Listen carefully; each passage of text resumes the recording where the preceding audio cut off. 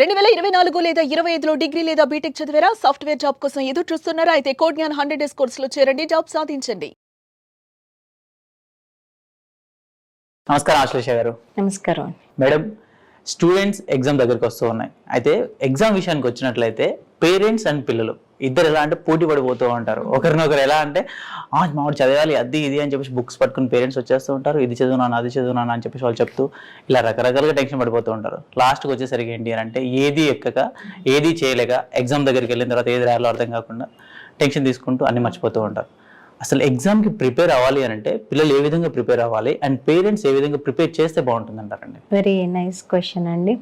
జనరల్గా మాకు వచ్చే కౌన్సిలింగ్ కేసెస్లో నేను చూస్తున్న ఒక బిగ్గెస్ట్ మిస్టేక్ ఏంటంటే 10th క్లాస్కి వచ్చినా కూడా తల్లి ఏం చదవాలో ఒక స్ట్రాటజీ వేసి పిల్లోడు ముందు పెట్టడం. 7th క్లాస్ 8th క్లాస్ పిల్లలకు ఒక కేసు ఉన్నదండి, హైదరాబాద్ వాళ్ళు. ఆ క్లయింట్ ఏం చేస్తారంటే ప్రతి ఇయర్ బాబుకి టెక్స్ట్ బుక్స్ కొనేటప్పుడు అమ్మ కూడా ఇంకో సెట్ టెక్స్ట్ బుక్స్ కొనుక్కుంటారు. కొనుక్కుని డైరీ వర్క్ లో తెలుస్తుంది కదా రేపొద్దున్న ఈ చాప్టర్ చెప్తారు స్కూల్లో అని చెప్పి ఆ బాబు ఇంటికి వచ్చేసేసరికి ఆ లెసన్ లో ఉన్న క్వశ్చన్స్ ఈ మదర్ ప్రిపేర్ అయిపోయి ఒక నోట్ ప్రిపేర్ చేస్తారు. సో అంటే బాబుతో పాటు తల్లి అదే క్లాసు మళ్ళీ ఈవినింగ్ చదివేస్తున్నారు. బాబు వచ్చేలోపు చదివేసి అక్కడ పెట్టేస్తున్నారు. ఇప్పుడు 8th class 9th class 10th class కూడా ఇలా అలవాటు అయిపోతుంది. ఇంటర్మీడియట్ ఎలాగో మనకి మెటీరియల్ ఫార్మాటే, కానీ గ్రాడ్యుయేషన్కి వెళ్ళేటప్పటికి సీన్ ఇలా ఉండదు కదా. అసలు అప్పుడు ఏం చేయాలి? Very different zone. అసలు అప్పుడు అమ్మ అప్పుడు కూర్చోబెట్టి ఇంజనీరింగ్ పిల్లోడికి డిగ్రీ పిల్లోడికి క్వశ్చన్ అండ్ ఆన్సర్ ప్రిపేర్ చేసి పెడతారు. Not at all possible. అంటే ఇక్కడ వెంకట్ గారు మనం గమనించవలసింది ఏంటంటే 3rd క్లాస్ 4th క్లాస్ వయసు వచ్చేటప్పటికి పిల్లలకి సెల్ఫ్ స్టడీ టెక్నిక్ అనేది అలవాటు చేయాలి. ఇప్పుడు ఆంధ్రప్రదేశ్ తెలంగాణ గాని ఇతర స్కూల్స్ లో గాని స్టేట్స్ లో గాని చూస్తే ఏమవుతుంది అంటే మనము ట్రైన్డ్ మెటీరియల్ ఇచ్చేస్తున్నాం.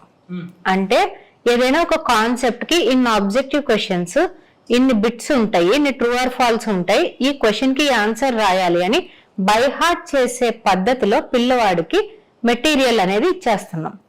ఇచ్చేసి ఆల్ ఆఫ్ ద సడన్ నీ సొంతంగా నువ్వు చదువుకో, ఎగ్జామ్స్ వస్తున్నాయి కదా నువ్వు చదువుకో, ఇప్పటికైనా నువ్వు చదువుకో అంటే వాళ్ళకి ఏం అలవాటు అవుతుంది? అక్కడ ఏముందో అదే బట్టి పడతారు. మీకు చిన్న ఎగ్జాంపుల్ చెప్తాను.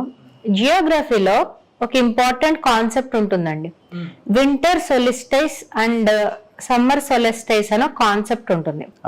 అది జనరల్ గా సివిల్స్ కి వచ్చేంత వరకు కూడా ఆ టాపిక్ రిపీట్ అవుతూనే ఉంటుంది. 6th క్లాస్ లో మొదలవు ఆ టాపిక్ సివిల్స్ కి వచ్చేంత వరకు కూడా రిపీట్ అవుతుంది. అంటే we can understand how important that topic is. ఇప్పుడు ఒకవేళ 6th క్లాస్ లోనే 7th క్లాస్ లోనే టీచర్ థియరిటికల్ ఆస్పెక్ట్ లో ఎక్స్ప్లెయిన్ చేయడం కన్నా కూడా ఒక చిన్న యాక్టివిటీ ఇస్తే వాళ్ళకి, అంటే జనరల్ గా నేను టీచింగ్ ఫీల్డ్ లో ఉన్నప్పుడు మేము ఏం చేసేవాళ్ళం అంటే ఆఫ్టర్ ఎక్స్ప్లెయినింగ్ ద కాన్సెప్ట్ మీరు మీ నాన్నగారు ఫోన్ తీసుకుని ఎవ్రీడే మార్నింగ్ సన్ రేజ్ ని షూట్ చేయండి. Everyday early morning sunrise ని ఒకే పొజిషన్ లో నుంచి క్యాప్చర్ చేయండి. 8 డేస్ గ్యాప్ లో మళ్ళీ క్యాప్చర్ చేయండి. ఓకే సో ఫస్ట్ నుంచి బిగిన్ చేస్తే March 1 అనుకోండి. March 1 ఒక ఫోటోగ్రాఫ్ తీస్తారు, same position same location. March 8 ఒకటి తీస్తారు, March 16 ఒకటి చేస్తారు, March 21 ఒకటి చేస్తారు. వాళ్ళకి ఇచ్చే గోల్ ఏంటి అంటే మీరు 1 year ఎండ్ లో, అంటే ఇప్పుడు మార్చ్ లో మొదలు పెడితే మళ్ళీ నెక్స్ట్ ఫిబ్రవరిలో కానీ మార్చిలో కానీ సైన్స్ ఫేర్ కి మీరు మీ ఓన్ ఫోటోగ్రాఫ్స్ ప్రెజెంటేషన్స్ తో ఈ కాన్సెప్ట్ ఎక్స్ప్లెయిన్ చేయాలి అనేది ఒక యాక్టివిటీ.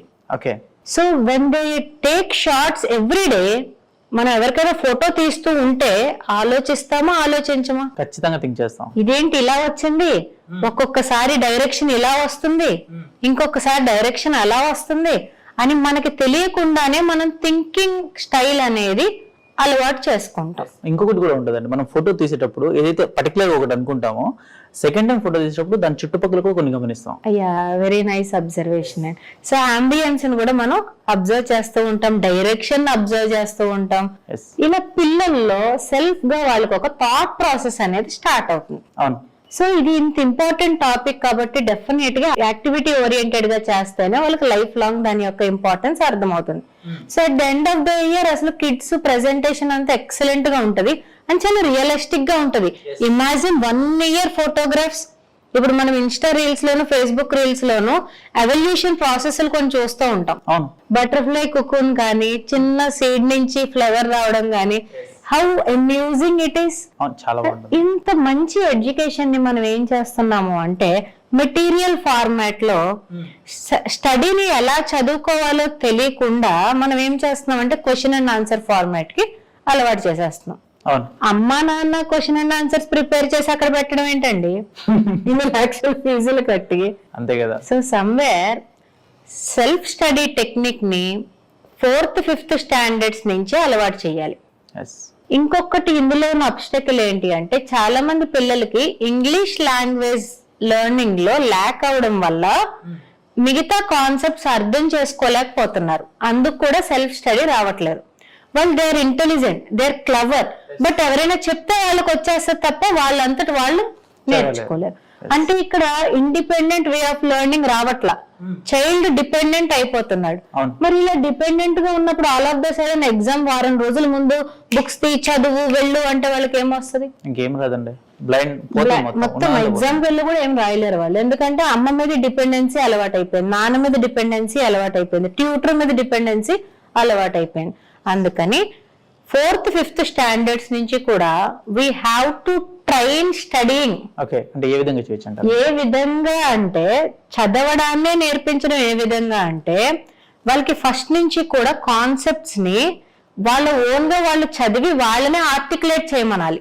ఇప్పుడు ఫర్ ఎగ్జాంపుల్ నేను ఇప్పుడు జియోగ్రఫీలో కాన్సెప్ట్ చెప్తున్నాను, లేకపోతే ఫిజిక్స్ లో రిఫ్లెక్షన్ ఆఫ్ లైట్ టాపిక్ తీసుకున్నప్పుడు okay this is how it works, fine, okay now tell me in your own words.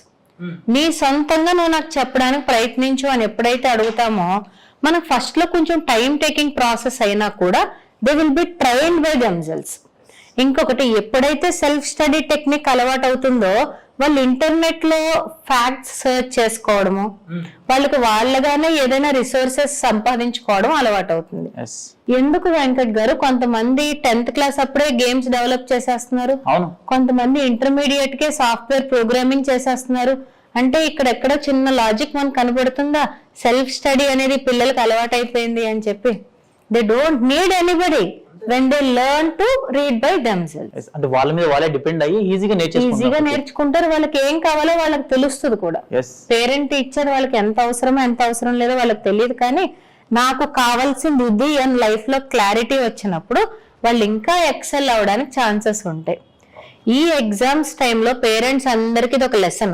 అయ్యిందేదో అయిపోయింది, ఇప్పటికైనా కూడా నెక్స్ట్ క్లాసెస్ కి వెళ్తున్నారు కాబట్టి పిల్లలు సెల్ఫ్ స్టడీ అనేది ఎలా చేయాలో వాళ్ళకి అలవాటు చేయండి. సబ్జెక్ట్ పైన ఇంట్రెస్ట్ క్రియేట్ చేయండి. అప్పుడు పేరెంట్స్ వాళ్ళ వెనకాల పాపం పడవలసిన అవసరం ఉండదు. Thank you madam. మేడం చాలా మంది వరకు ఎలా ట్రైన్ చేయాలి స్టూడెంట్స్ ని, వాళ్ళ పిల్లల్ని ఎలా ట్రైన్ చేయాలి అని చెప్పేసి చాలా మంది అనుకుంటూ ఉన్నారు. అండ్ మీ అపాయింట్మెంట్ కోసం కూడా చాలా మంది అడుగుతున్నారు. అండ్ ఎగ్జామ్ మంత్ర మీరు కంటెంట్ చేస్తున్నారు. ఈ ఎగ్జామ్ మంత్రలో అటెండ్ అవ్వాలి అంటే ఏ విధంగా అవ్వచ్చు, అండ్ మీ అపాయింట్మెంట్ తీసుకోవాలంటే ఏ విధంగా తీసుకోవచ్చు అంటారండి? ఎగ్జామ్ మంత్ర చాలా యూస్ఫుల్ కోర్స్ అండి. ఎందుకు అంటే పిల్లలు సంవత్సరం అంతా చదివింది వేరు, ఎగ్జామ్ ముందరున్న 1 month 15 days 1 week ఉన్న టైంలో వాళ్ళ మైండ్ సెట్ వేరు.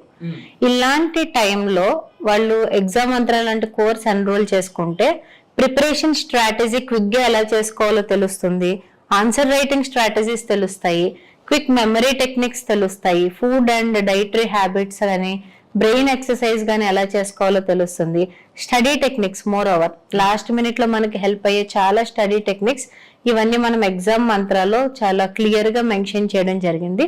స్క్రీన్ పైన ఉన్న నెంబర్ కాంటాక్ట్ చేస్తే బోత్ డీటెయిల్స్ ఇస్తారు. అలాగే ఇంకా ఏమైనా ఇష్యూస్ ఉంటే ఎగ్జామ్ ఓరియంటెడ్ గా కానీ బిహేవియరల్ ఆస్పెక్ట్స్ లో కానీ స్క్రీన్ పైన ఉన్న నెంబర్ కాంటాక్ట్ చేస్తే అన్ని డీటెయిల్స్ దొరుకుతాయి. అలాగే బాల్య శోభ బుక్ కూడా మార్కెట్ లోకి వచ్చేసింది. ఎస్ ఎస్ బోత్ మన సుమన్ స్టూడియోలో and Amazon both ways it is available. ఎవరికైనా కావాలంటే దాన్ని కూడా తీసుకోవచ్చు. Thank you madam, thank you so thank much. You very much.